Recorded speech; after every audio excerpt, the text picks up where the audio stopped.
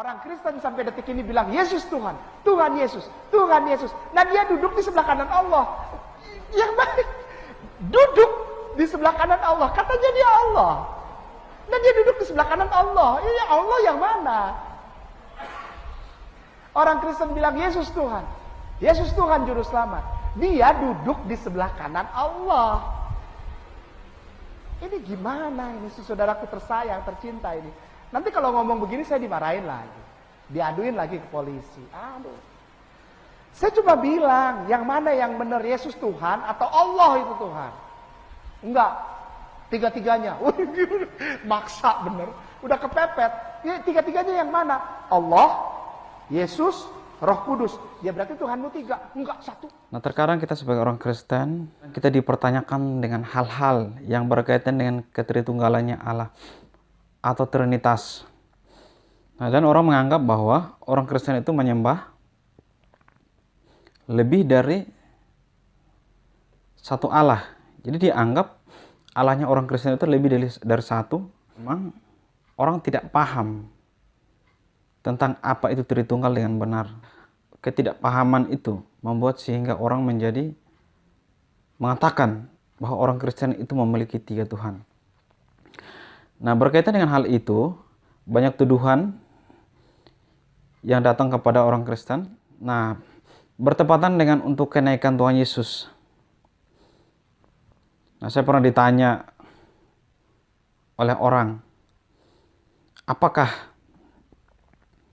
orang Kristen itu memang benar-benar memiliki Allah yang satu? Lalu saya menjawab, iya. Lalu dia mengatakan, kalau memang iya, kenapa pada waktu Yesus terangkat ke surga, dan ada ayat yang mengatakan bahwa dia duduk di sebelah kanan Allah Bapa.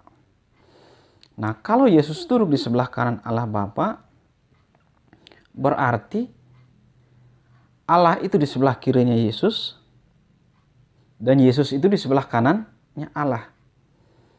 Nah, berarti di suatu tempat itu ada dua Allah. Satu namanya Allah itu sendiri, yang satunya disebut Yesus Kristus, karena duduk di sebelah kanan. Nah, kalau seseorang duduk di sebelah kanan, berarti posisinya itu karena ada satu orang, maka orang itu berada di posisi atau tempat sebelah kanan. Nah, lalu orang menganggap bahwa dan memisahkan Yesus itu lain dan Allah itu lain. Atau Allah itu tidak sama dengan Yesus, karena pada waktu Yesus terangkat, Alkitab tidak mengatakan atau tidak memberi suatu penjelasan bahwa Yesus itu adalah di saat dia sampai terangkat ke surga, itu dia tidak dikatakan sebagai Allah yang duduk di atas takhta, tetapi justru dikatakan duduk di sebelah kanan. Nah, kalau dikatakan duduk di sebelah kanan, berarti itu menjadi dua Allah. Satu disebut Yesus, yang satunya lagi disebut Allah.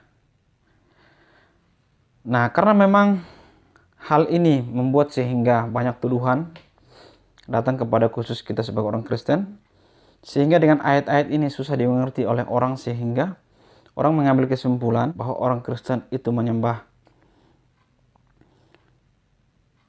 atau Tuhannya itu lebih dari satu. Nah, maka hari ini, karena hal ini adalah berkaitan dengan Tunggal, tetapi saya tidak akan membahas tentang apa itu Tritunggal, tetapi hari ini saya akan fokus kepada suatu pertanyaan yang mengatakan bahwa pada waktu Yesus naik atau terangkat ke surga, dia duduk di sebelah kanan. Itu berarti di surga itu ada dua. Satu yang disebut dengan Yesus, yang satu Allah. Berarti Allah dengan Yesus itu tidak menjadi satu, tetapi dua.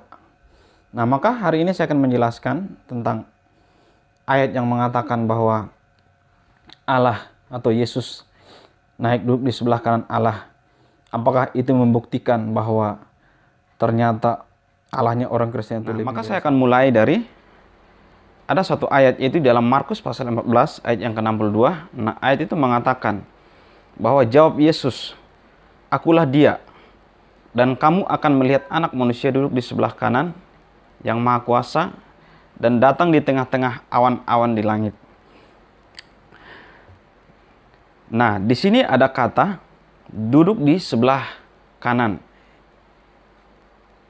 Dan di mana kata ini dipakai oleh Tuhan atau Yesus untuk menjawab pertanyaan, yaitu dari imam-imam besar atau dari mahkamah agama, atau dalam bahasa teologisnya disebut dengan Sanhedrin. Nah, mengapa sehingga Tuhan di saat menjawab pertanyaan itu dia menggunakan kata duduk di sebelah kanan?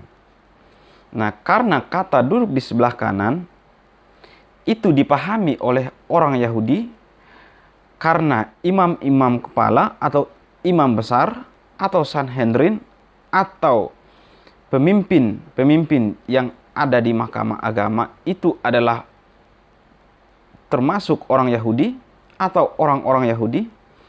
Maka yang dimengerti oleh orang Yahudi duduk di sebelah kanan itu artinya adalah penguasa. Maka Yesus menggunakan kata duduk di sebelah kanan untuk menjawab pertanyaan itu sama halnya dengan Yesus mengatakan duduk di sebelah kanan, maka itu sama artinya dengan penguasa. Nah, jadi itu jelas. Nah, sedangkan di dalam Markus pasal 12 ayat yang ke-36, di situ mengatakan Daud sendiri oleh pimpinan Roh Kudus berkata, "Tuhan telah berfirman kepada Tuanku, duduklah di sebelah kanan sampai musuhmu kutaruh di bawah kakimu."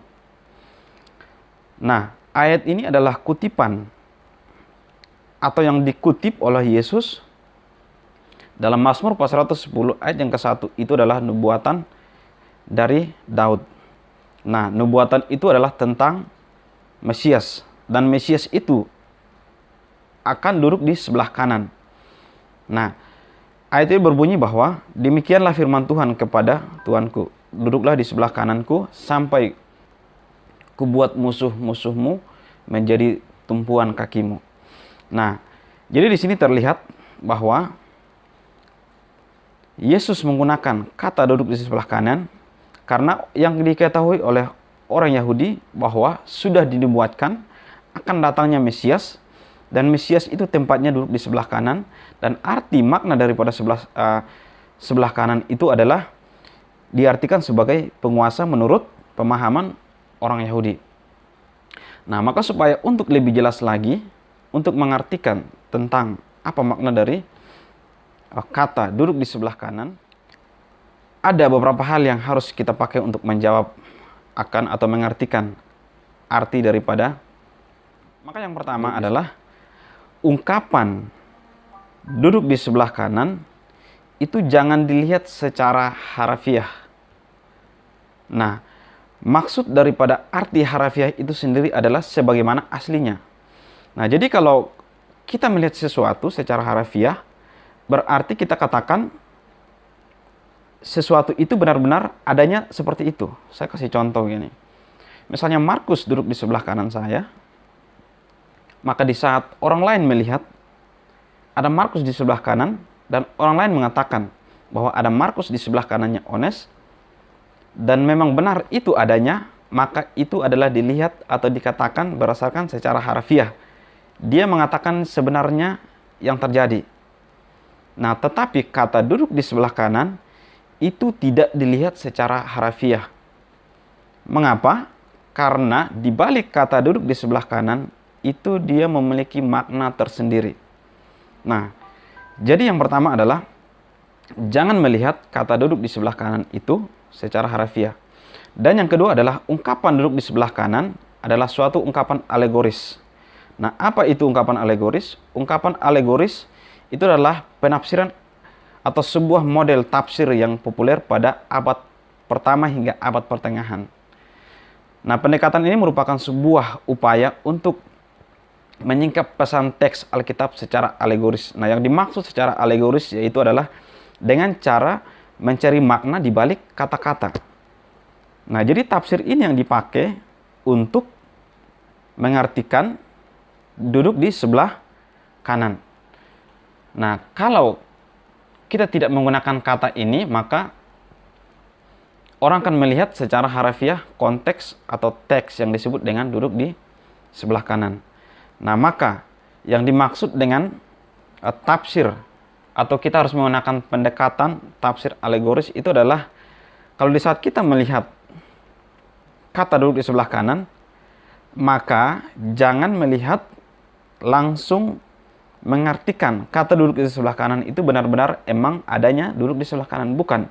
Tetapi di balik kata duduk di sebelah kanan itu memiliki arti tersendiri. Nah, maka tentunya muncul pertanyaan, berarti arti daripada duduk di sebelah kanan itu artinya apa? Nah, maka itulah yang akan saya gunakan untuk menjawab pertanyaan yang sering muncul yang mengatakan bahwa karena ada kata duduk di sebelah kanan Allah Bapa, maka orang Kristen mempercayai Allah lebih dari satu. Atau orang Kristen memiliki Tuhan lebih dari satu. Nah, oleh karena itu,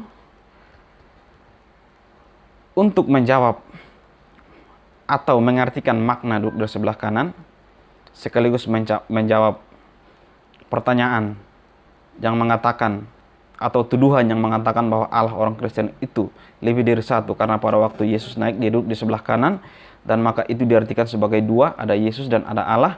Maka hari ini saya akan menjawab tuduhan tersebut. Nah, dan cara menjawab adalah dengan mengartikan kata duduk di sebelah kanan. Maka sekarang saya artikan dengan beberapa pengertian. Yang pertama adalah makna di balik duduk di sebelah kanan itu adalah yang pertama adalah diartikan sebagai kemenangan. Nah, mengapa diartikan sebagai kemenangan? Karena Allah telah atau Yesus telah menang atas maut. Nah, karena kita ketahui bahwa hanya Allah lah yang hidupnya itu kekal. Manusia itu tidak kekal. Manusia itu hidup, Alkitab mengatakan bahwa ya umur kalau waktu di dunia 70 sampai 80. Nah, artinya bahwa manusia itu punya keterbatasan. Nah, tetapi kalau Allah itu dia sudah ada Alfa dan Omega. Dari awalnya sudah ada dan sampai kapanpun dia akan tetap ada. Nah, artinya bahwa kalau Yesus menang atas maut, maka itu sama halnya dengan dia tidak pernah mati. Kealahannya itu tidak pernah mati.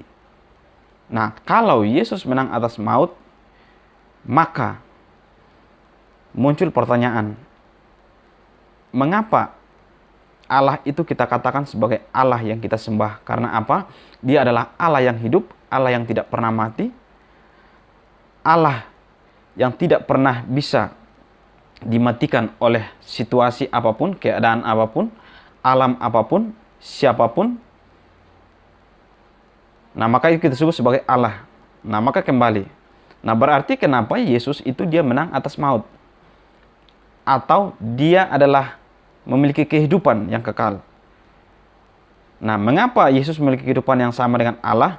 Nah, kalau Allah juga kekal, Yesus juga dikatakan sebagai kekal, maka kita boleh katakan bahwa Yesus itu adalah Allah. Karena apa? Yesus juga adalah memiliki kehidupan yang kekal, sebagaimana Allah hidup.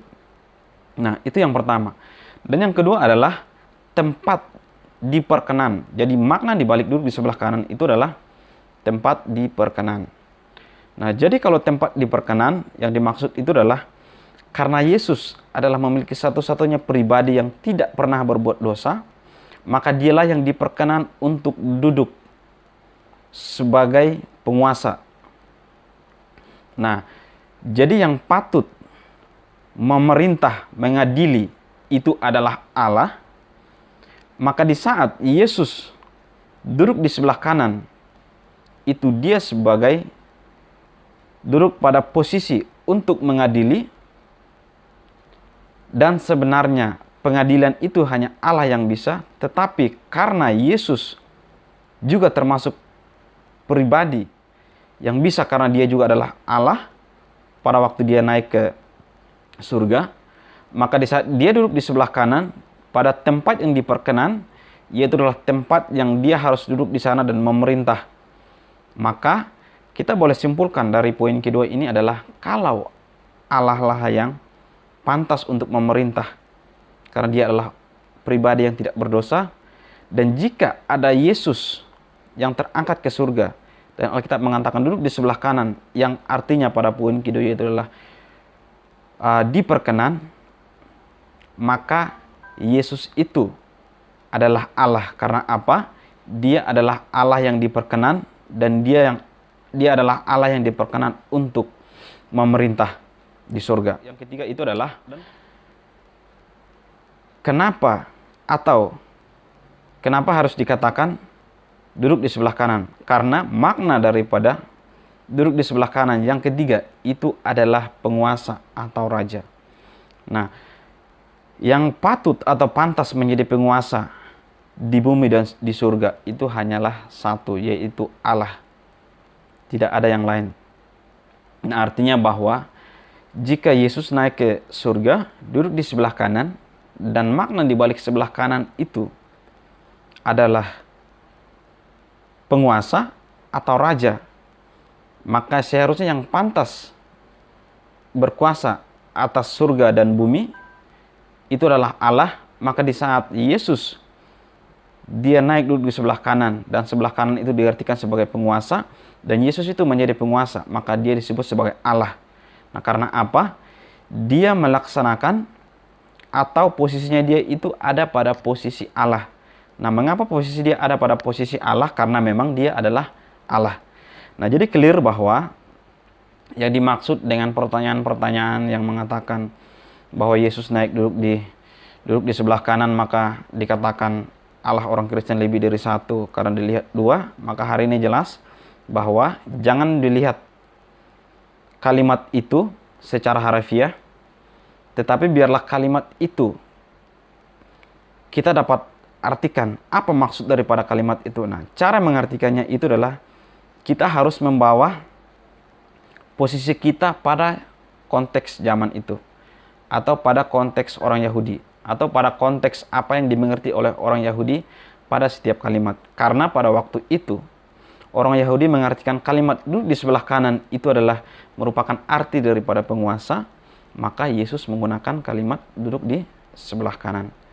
Nah, jadi biarlah sedikit jawaban ini bisa membuat supaya kita semakin mengerti dan kita jangan tertipu dengan hal-hal yang memang membuat kita akhirnya bingung. Apakah benar Allah yang saya sembah ini satu atau dua? Nah, maka kesimpulannya adalah Allah yang kita sembah itu adalah satu. Karena apa? Waktu dia naik ke surga duduk di sebelah kanan, itu jangan dilihat secara harfiah, tetapi maksud daripada duduk di sebelah kanan itu yang pertama adalah kemenangan, yang kedua adalah diperkenan, yang ketiga adalah penguasa atau sebagai raja. Nah, yang pantas menjadi menang, yang pantas diperkenan, dan yang pantas menjadi penguasa atau raja atas surga dan bumi itu hanyalah Allah. Dan jika Yesus naik sebagai pemenang, duduk di tempat yang memang tempatnya atau yang diperkenan, dan dia menjadi penguasa, maka dia disebut sebagai Allah.